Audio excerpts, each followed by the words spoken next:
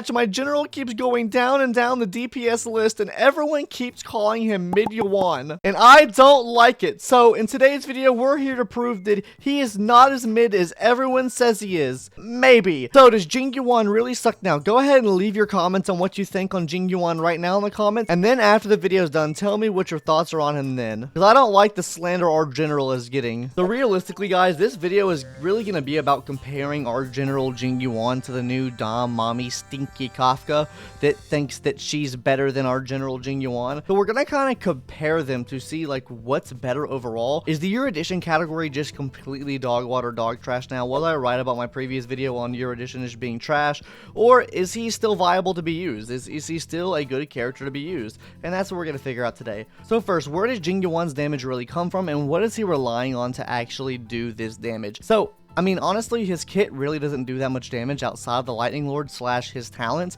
I mean, if you have a lot of enemies, sure, the ultimate can do a pretty decent amount of damage, but overall, for single target and AoE applications, you're really looking for that Lightning Lord to do the damage. What does he rely on, though? He relies on getting his Lightning Lord stacks up. He relies completely on the Lightning Lord, which is a separate entity in his kit. It has its own action order, as you'll see here. He basically has his own actions, so you have to speed tune this correctly to actually get the Lightning Lord to go consistently, because if the Lightning Lord's not going, you're not doing damage. And it also is going to rely on the amount of stacks the Lightning Lord has. The more stacks it has, the more attack and speed the Lightning Lord will have. So if you're not hitting Jing Yuan's ability every single time, and you're not getting his ult up consistently, you're not going to be doing damage with the Lightning Lord itself, because let's be honest, you're not really doing any damage to the Lightning Lord if you're getting under 8 stacks, right? Preferably you want to get 10 stacks just about every rotation, but 8 to 10 is like where you want to be. Anything below that is just kind of cringe scuffed and not very good for him. So let's go ahead and talk about Kafka now and where her damage really comes from, and also what does she rely on to do her damage, and then we'll compare the two. So Kafka is really going to be scaled off of DOT damage. Her multipliers really aren't too high, like her ultimate damage multiplier not too high, her follow-up attack damage multiplier not too high, and her single target is alright, but still it's like not that high in comparison to other like single target attacks in the game, but it's still pretty nice to have, right? But that's not where her damage is coming from really. Realistically, her damage is coming from having dot on the enemy. Her skill and talent will have a chance to proc the lightning debuff on the enemies, that's where her damage is going to be coming from, right? Because it's doing the lightning dot damage. So putting it all together, her damage just really relies on how much dot the enemy has on them. If the enemy has a low amount of dot on them, then she's not going to be doing that much damage. And that can be said vice versa as well. If the enemy has a lot of dot damage on him, she'll be doing a lot more damage. And while Kafka works differently to someone like Zila, right? Jing Yuan does not. Jing Yuan relies solely on his Lightning Lord, while having to build the same way you would have to build your Zila, right? Speed, crit damage, crit rate. But you're not getting the damage up front, like I said before. You're just getting the damage from that Lightning Lord, having to build him the exact same way as Zila. So, kind of cringe. What are the key major differences between Kafka and Jing Yuan's kit, right? So, as far as what they rely on, right? I feel like, as far as Jing Yuan relying on the Lightning Lord, it is a lot more niche, right? Like, it's a lot harder to rely just on the Lightning Lord, because you're having to rely on basically one source, right? You're relying on one source of damage, whereas Kafka, you can rely on the dot damage to help assist in your damage you're doing with Kafka already, because when it becomes enemy's turns, you're automatically getting that damage out. You're not having to rely on that separate entity to do damage, because Kafka herself just deals the damage up front per the enemy having dot on them, where Jing Yuan has to wait until his Lightning Lord is available to really do big damage, and I think this is the main thing that hinders the Lightning Lord. Guys, I see that 95% of you haven't subscribed to the YouTube channel, and if you don't subscribe, then Kafkussy is really not gonna get you, because she will never come home and she will not love you if you don't subscribe. So make sure you subscribe, because Kafkussy won't love you anymore. I'll wait a little bit. JK, but let's talk about the investment differences between our great general Mid Yuan and Kafkussy. But with the skills out of the way, let's go ahead and talk about the investment. What's the difference in investment that you need between Jing Yuan and Kafka? What teams do they need to be run on? Who needs to be on their team for them to be great, right? So starting off with Jing Yuan first, he needs Ting Yun. Let's just go ahead and get that out of the gate. Let's rip the bandage off. If you do not have Ting Yun on your team with Jing Yuan, you are absolutely trolling. You need Ting Yun on your team because he needs the energy to proc his ult off even more, because that gives the Lightning Lord 3 stacks. And like I said, if you're not getting over 8 stacks every time the Lightning Lord goes, then that is SOL, buddy boy. So he already needs another character, Ting Yun, on his team. So there's one thing there, right? His signature light cone. Oh my gosh, have you seen his damage without his signature light cone? It is god-awful. It drops so much without having his signature light cone.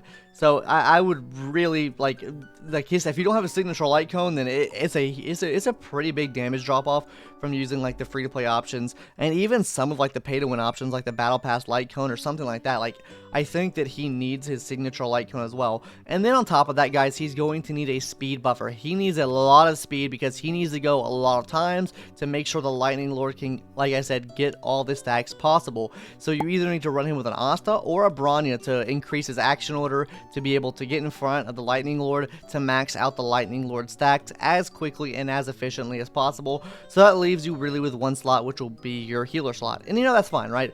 He requires a lot of investment, right? But once you get his investment up, he hits high damage. But we'll talk about kind of the inconsistencies with his damage in the comparison section in a little bit. But let's talk about the investment you need to make in Kafka first, and also the difference between the investments you need to make between the two. So guys, Kafka. What does Kafka need? Kafka needs dot characters, right? I mean, you could run Kritka. I'm not going to sit here and say it's as viable as something as running more dots. Like, her whole kit literally relies on having more dots on enemies. Her damage literally scales off the amount of dot on the enemy. She pre-procs this dot.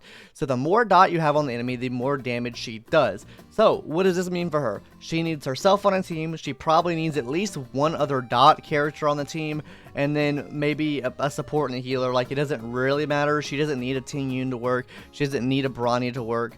Like, these things, of course, could help her out, but you don't need these things for her to work. I like using her with a Silver Wolf or an Asta just to get her speed up, to make her attack as much as possible, just to keep re-procking that dot damage off on the enemies and keep getting follow-up attacks, which means you keep re-procking extra shock on the enemy as well.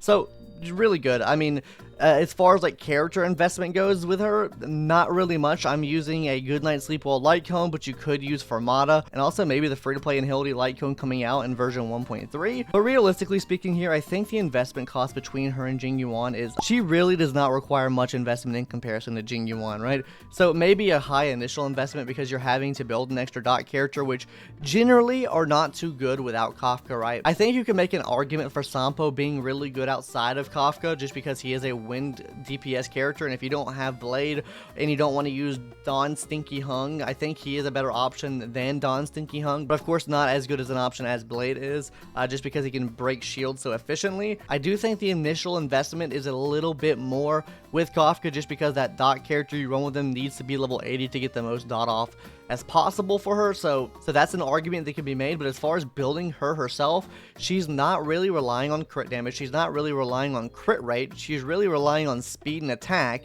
But you can run crit rate, crit damage with her, and you can still get a decent amount of damage out with that, right? Whereas Jing Yuan, you know, he needs speed, he needs attack percentage, he needs crit rate, he needs crit damage. Break effect can help him out too. He just needs a lot more stats within his kit, right? So, with all of this out of the way, let's go ahead and talk about the major comparisons between the two. So I took them both to MOC Stage 7, and I compared the two of them here by testing out how much damage they did. I literally wrote down the amount of damage they did per cycle, just to see what I could figure out about both of their cycle percentages. My initial thoughts were Jing Yuan were going to have a really high initial like damage up front, just because you can have so many skill points already, and you can just proc off the Lightning Lord as much as possible and just keep rolling with it in the first stage, and then drop off towards the end because you're getting less and less on skill points, your health is getting lower, everything like that, so you have to start playing a little bit more defensively. Whereas with Kafka, I thought it would have an exponential growth. I thought she would start off kind of slow just because you need to proc the dots off first on the enemy to start dealing damage. And yeah, those are my initial thoughts, and what I got from the numbers is not very much, I'm not gonna lie to you guys. Both sides kind of had their own strengths and weaknesses. Definitely Jing Yuan for sure had a higher cycle damage than my Kafka. Jing Yuan in the first couple of cycles was hitting over 100,000 more damage than my Kafka was.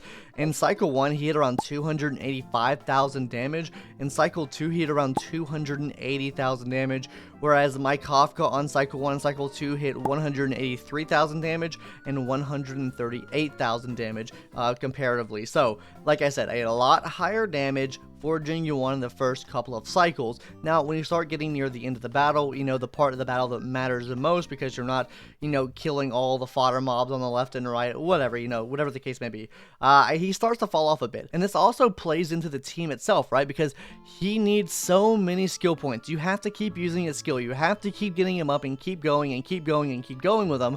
Whereas with Kafka, yeah, sure, you want to use your skill every round, but you can still generate points for the rest of the team, whereas with him, it's a lot harder to generate points with the whole team for him because you keep needing him to get buffed up and keep going. I was using a Brawny on the team, so of course we have to use Brawny's skill to get him back to the front, and then use his skill again, so on and so forth. That doesn't leave much room to shield up your team, and my Brawny died on every single occasion. I'm talking every single occasion, and then you can really see the damage drop off here because this is when the Lightning Lord was getting like 5 or 6 stacks. In cycle 3 he did 52,000 damage, in cycle 4 he did 23,000 damage, cycle 5 he did 89,000 damage, and his final cycle he did 51,000 damage.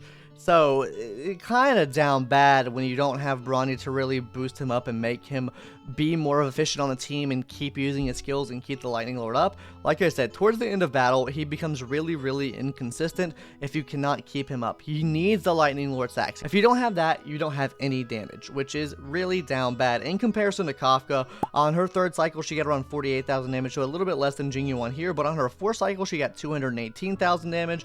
On her 5th cycle, she got 72,000 damage, and on her 6th cycle, she got 11,000 damage, which that was just really killing it, right? So, I mean, overall, right, Jing Yuan is doing more damage than Kafka, or in my case anyways. Overall, he is doing more damage than Kafka. His team is just a lot more strenuous to run. It's not like you can just throw him into any comp. He needs specific units and specific things on him to make him work. A lot more so than, say, Kafka needs, right?